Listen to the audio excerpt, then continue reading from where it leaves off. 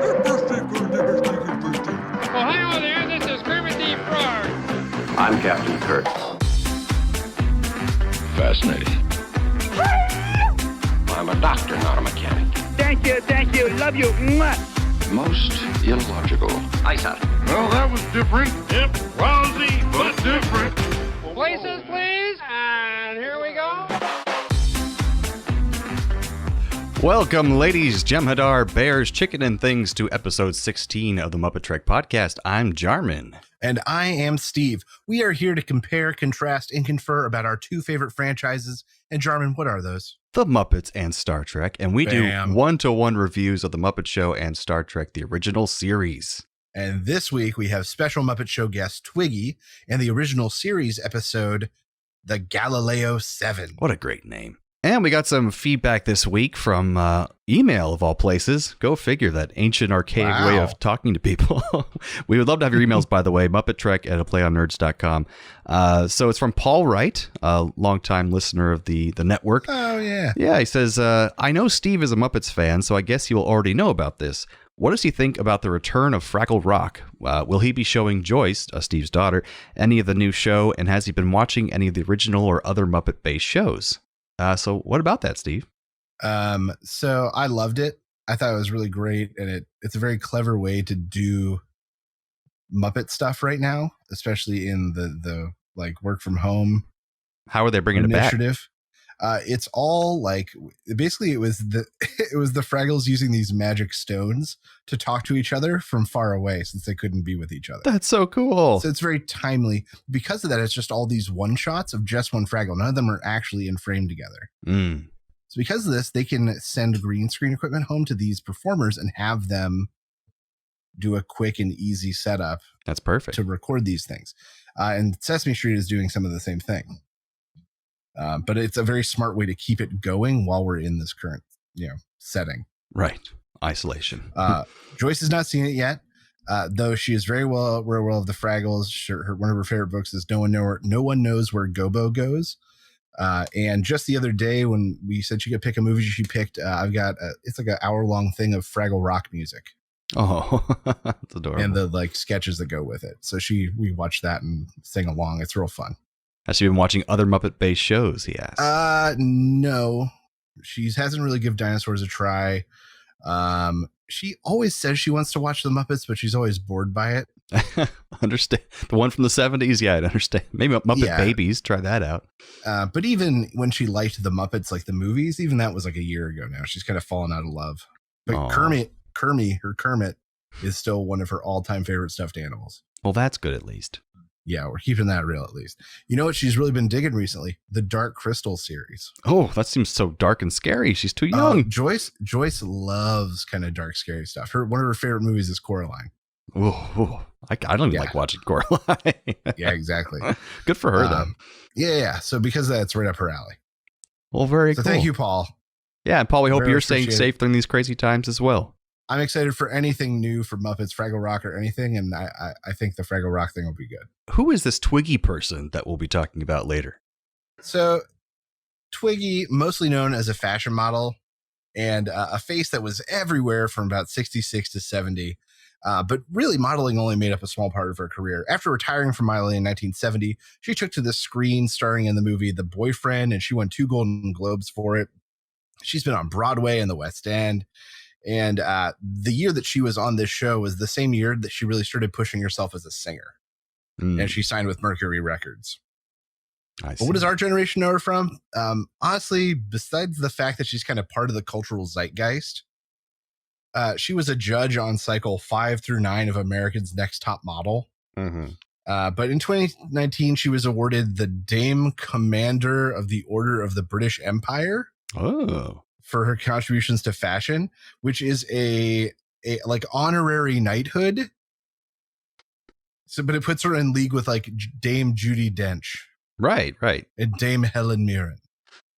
Dame Twiggy. Or whatever her real name happens to be.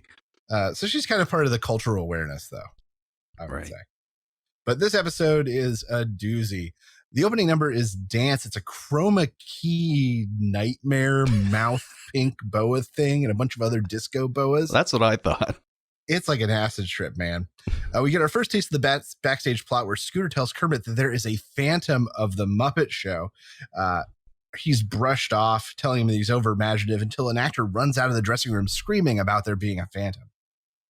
Next, we have Twiggy doing a press conference, which then turns into her singing In My Life by the Beatles. She is a lovely singer, but it isn't very Muppety, and it feels like they could have done a lot more than just a picture collage. Yeah, we'll discuss that later. Yeah.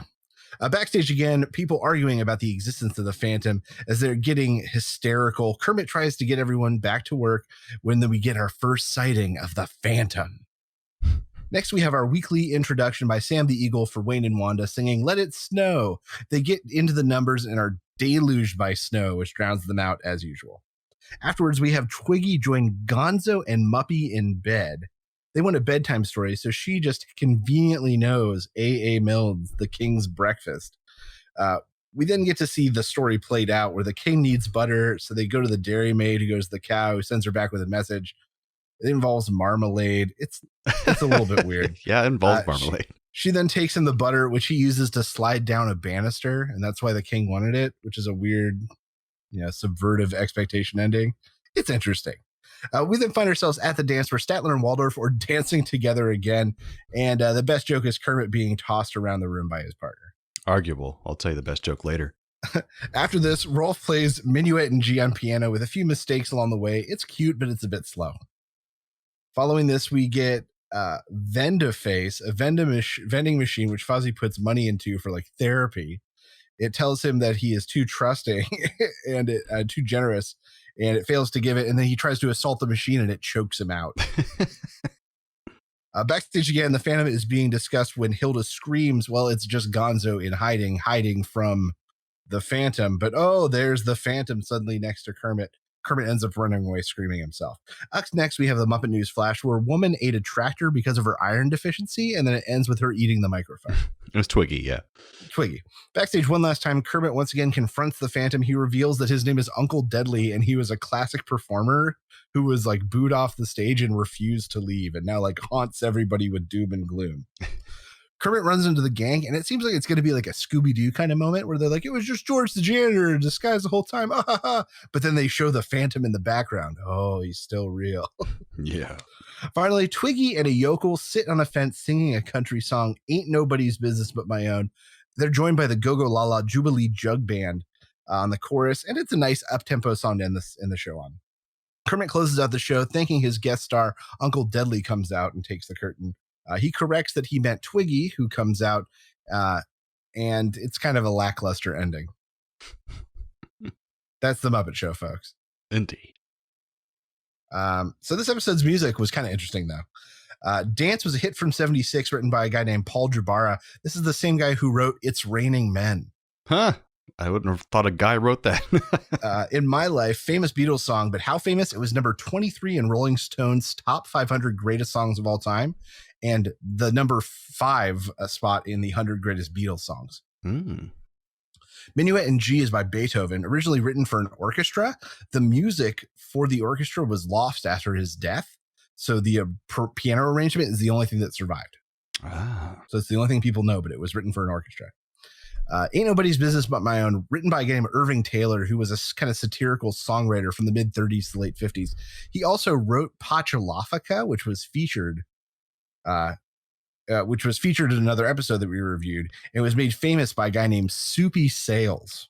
That was the one that was like the offensive Turkish thing or something? Pachalafica. Yeah, it was pretty offensive. He was a singer and showman, Soupy Sales, who has his own children's show. And on New Year's Day in 1965, he was really pissed off he had to be working New Year's Day. So on his live show, he told kids to basically sneak into their parents' room and steal money and mail it to him. Oh, gosh. A few days later, money started flowing in the thousands of dollars range. He had to do a public apology and say that he was going to give all the money to charity, but he still got suspended for 2 weeks. So that was just a fun little story. So Jarvin, what did you think of this episode of The Muppet Show with Twiggy? I thought it was another fun episode, kind of in the middle of the road, because I think Twiggy, it's always that makes or breaks it, is the host, and she dealt very well with the Muppets. I think she was very comfortable. I could agree with that. I didn't know she sang at all, so when she started singing and she was pretty decent, I was like, okay, cool, this is all right. I think that's the response everyone had, and that's how her career happened. Everyone's like, yeah, she's been in front of the camera. Oh, she can kind of sing. All right, I could do this. Yeah, this is enjoyable. That's all right. It's good to have somebody who's multi-talented as the host for this show. We've kind of found that out. Like if they can fit into a lot of masks, then that's a good thing to do for this show. Yeah.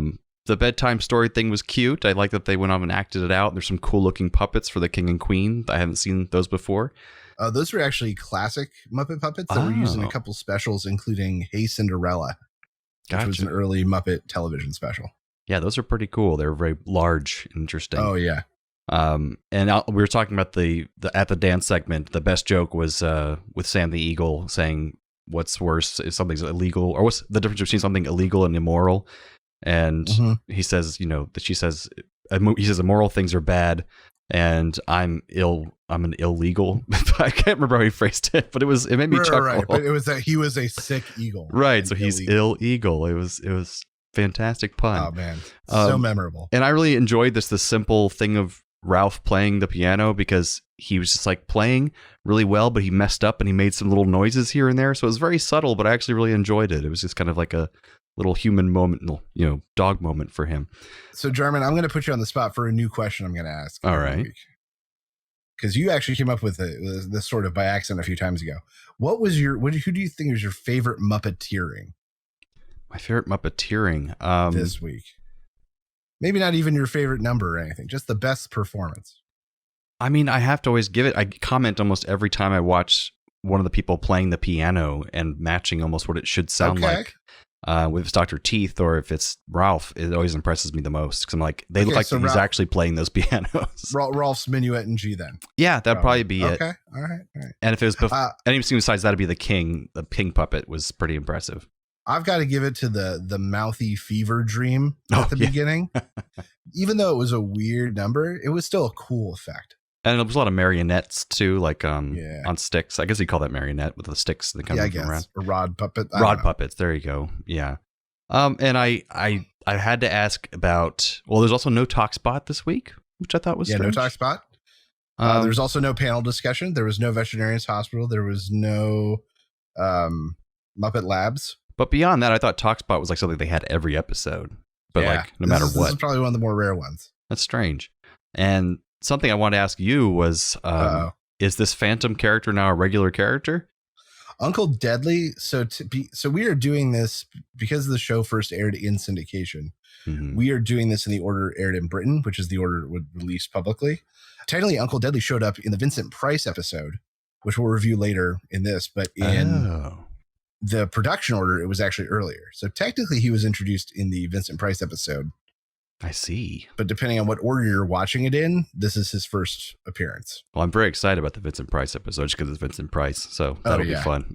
But Uncle Deadly is a really great character, and one that I am happy to see came back in the Jason Segel Muppets movie. Oh, yeah, that's right. And who voices him? Because he sounds really cool. He sounds like a professional voice actor. Maybe Bill Beretta. I don't know. Yeah, he sounds like a professional voice actor tired, of some sort. Just supposed to know these things, man. This is your thing. Uncle Deadly Muppet performer. Hey, let me Google that for you. At the time, it would have been Jerry Nelson. Oh, okay, cool. I can appreciate that. So the whole episode overall, I thought was entertaining. The only part I really didn't like, actively didn't like, was the first weird, trippy number.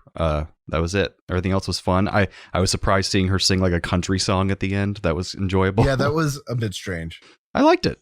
So yeah, I'm not upset about this episode. What about you? I don't know, bottom, like maybe 2 or 3. I like how you're actually rating a lot of these episodes harder than I am. Well, my big issues are in my life was, I mentioned this in the summary, it was kind of a throwaway. Yes. That could have been any show. That's true. It was kind of so it just felt really dumb. Really dumb. The king thing felt weird and out of place, though it was cute, I guess. Yeah. I don't know. I don't know if there was enough stuff to keep me in.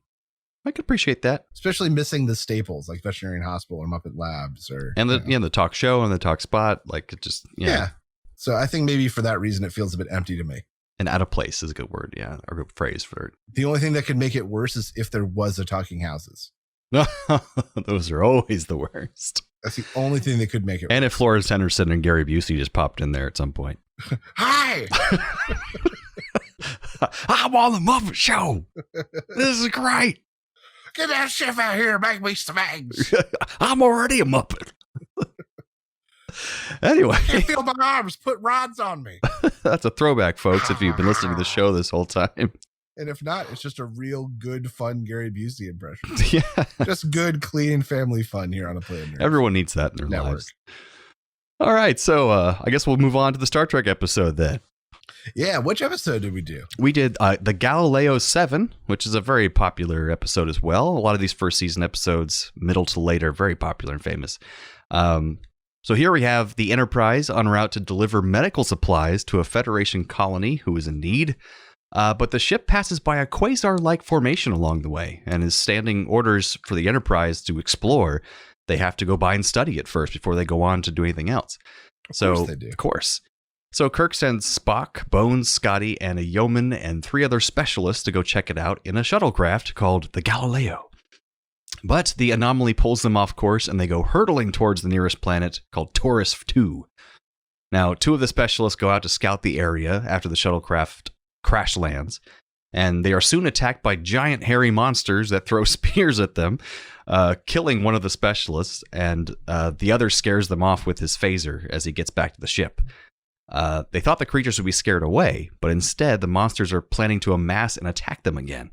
So the majority of the crew wants to kill the creatures, but Spock convinces them to just scare them off with phasers again. But this does not go well, and another specialist is killed in the process. After trying to watch out for them, he gets killed as well. So now the whole crew are basically harassing Spock and doubting his leadership abilities since he was in charge of the mission, and he's only relying on logic to get things done, which pisses them off and makes them racist against Vulcans because he's not using his emotions to make decisions. So back on the Enterprise, we have Kirk searching for the missing shuttle, but it's proving difficult because of the interference from the quasar anomaly that they had fallen into.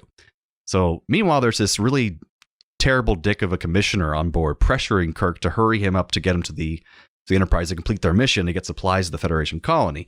He's really annoying Kirk and saying he has this many hours until he absolutely has to go, and he'll take charge of the ship if he doesn't. So Kirk tells him he still has time, so he sends down 2 search parties on foot and another shuttlecraft to go looking for Spock and the gang.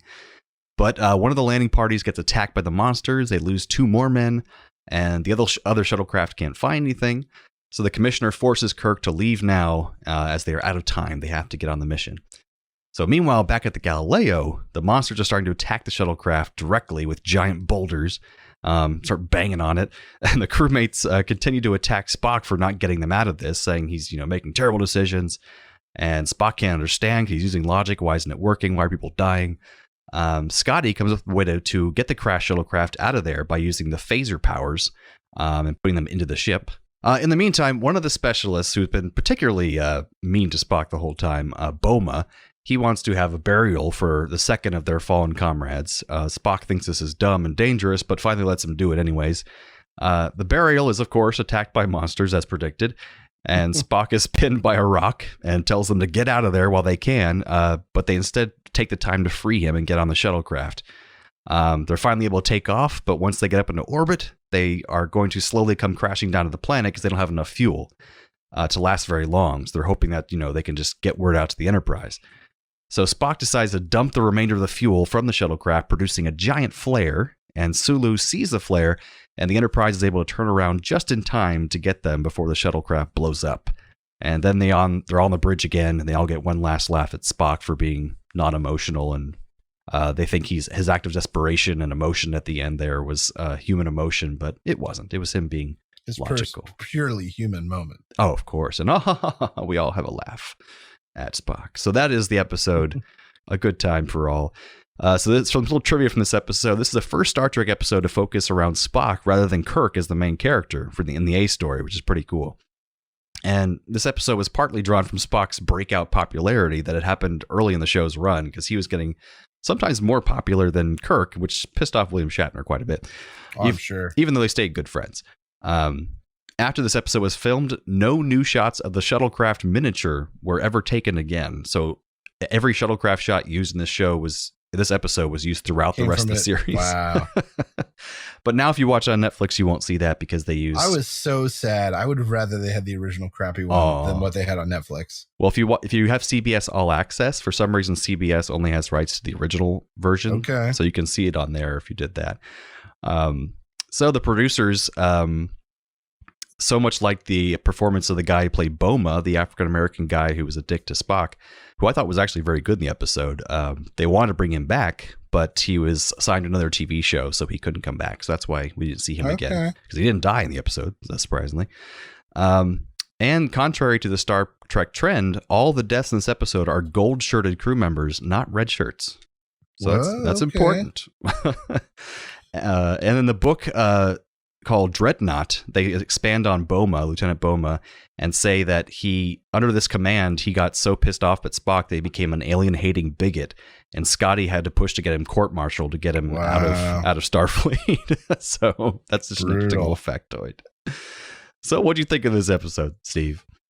So this is not my favorite episode in that it's not the most interesting villain. It's not the most compelling storyline, but I think that this is my favorite episode in that I think it's the best maybe acted thus far. That makes sense. I felt better, maybe emotional connection with the characters. Because all the things I liked are sort of around a center theme where like you get to see Spock without Kirk. Right. Which is obviously the point of the episode, but I think they succeeded. Bones' allegiance tested, and you really got to see DeForest Kelley range out a bit. Mm-hmm. And you get nice to see Kirk have some of the answers to, and it's interesting to see his dynamic and domain change a little bit. Yeah. So I think everyone got to push outside of their normal shtick, and it was nice to see everyone kind of do it in one episode. Probably because Shatner's not able to chew up the scenery, and they can actually act a little bit. The thing I maybe disliked is there wasn't enough action on the planet, and it was almost like they didn't know how to write a plot not about Kirk. And they were like, crap, we got to figure this out for off weeks. When he can't be in the whole episode. Right. So this just felt like maybe a poor experiment in their first attempt at like, oh no, this week it needs to be a not Kirk episode. I see. And there was action on the planet. It's just a matter of... There was a lot of like them on the floor of that shuttlecraft while it jiggled. Like a lot. Mm-hmm. There was too much counterplay with the ape men, but it was also indirect. It all felt very stretched. I wonder if part of that was affected by, I read in the trivia as well, that the person who created the ape faces, faces were so scary that the censors said they couldn't show them directly or very close up. So they might have they might have had to cut a lot of shots for that. Okay, well that might explain it. Somewhat. It was just weird. Yeah. And there was a weird wipe when he went down into the pit and it was foggy. Mm-hmm. With a crewman, and it pulled up because clearly they had a dead body there, and the censors went, you can't show it. That was in the trivia as well, actually. They cut that shot. Yeah, they had to. Like, it was just, but it was so visible that that's what happened. I didn't even notice. It was so gross. I actually rewound it. Went, whoa, what just happened? That's the guy that got like impaled. I think so. Yeah. Yeah. So maybe there just wasn't enough B plot to have the B plot run it. Makes sense. What do you think? This is kind of a middle of the road then? This is probably more top of my pile. As I said, this really was, I probably think, the best acted episode so far. So because of that, it deserves the top spot, I think. Nice. I can appreciate even if the rest is maybe not as a little lackluster. Yeah, I could totally agree with that. I love having Bones and Spock getting a chance to like flex their muscles a bit acting wise. Yeah, not be just Kirk. The Kirk Show. The Kirk Show. Well, German, I've got a great Trek connection this week. I'm excited. Okay, you ready for this? Mm-hmm. Twiggy got married to an actor named Michael Whitney in 1977 until he died in 1983. Whitney appeared on season 2 episode of the original series, A Private Little War. Oh. That's right. And he was a kind of successful actor, mostly in like Westerns and that kind of stuff. Well, we'll finally get to that episode at some point. Yeah, eventually we will. And we'll talk about Twiggy. But that was the only connection I could find. And then you can use that connection again when we get to that episode. Oh, yes, I will. And everyone will have forgotten. Perfect. Even us. Well, we have some similarities from these two episodes. I put down that Kermit says to the Phantom of the Muppet Show, "You must have a logical explanation for being here." Then he finds out that there is not, and that freaks him out. Just how when Spock thinks he can logically figure out these wild creatures, and then he's freaked out that they don't act logically. That is such a good one. I can't believe I didn't catch that. But you're right. I liked it. There must be a logical explanation for if there is something to my left. Yeah. Holy crap. Good word. Both feature a fearsome creature stalking the main characters. That is the very weird true. ape things in the original series and the Phantom in the Muppet Show. I literally put both episodes have a monster stalking people throughout the episode. That's what I put down.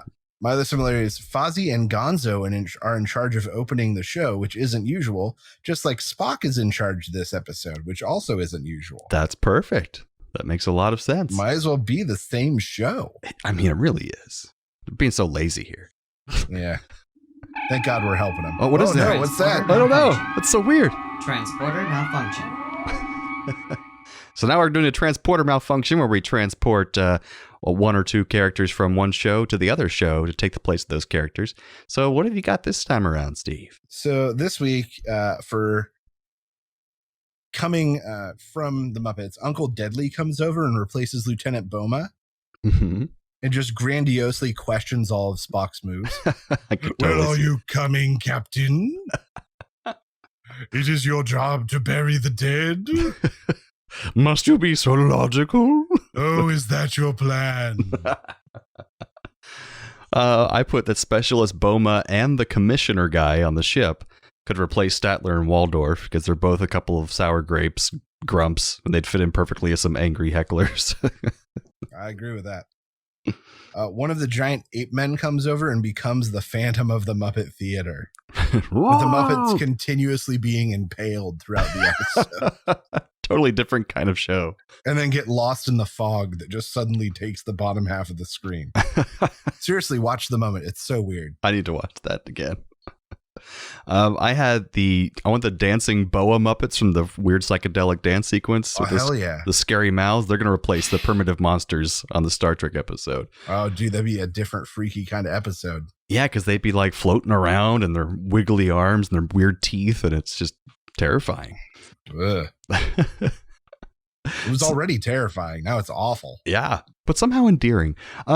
So that brings us to the end of episode 16 of the MuppeTrek podcast. Join us next time for episode 17 of The Muppet Show with special guest Valerie Harper. And original series episode, The Squire of Gothos. So from the lovers, the dreamers, and us. Live long and prosper, everyone. Thanks for listening to the MuppeTrek podcast. Be sure to follow us on social media on Facebook and Twitter. Subscribe to us on Apple Podcasts, YouTube, Spotify, or your favorite podcast platform. This podcast has been brought to you by A Play on Nerds.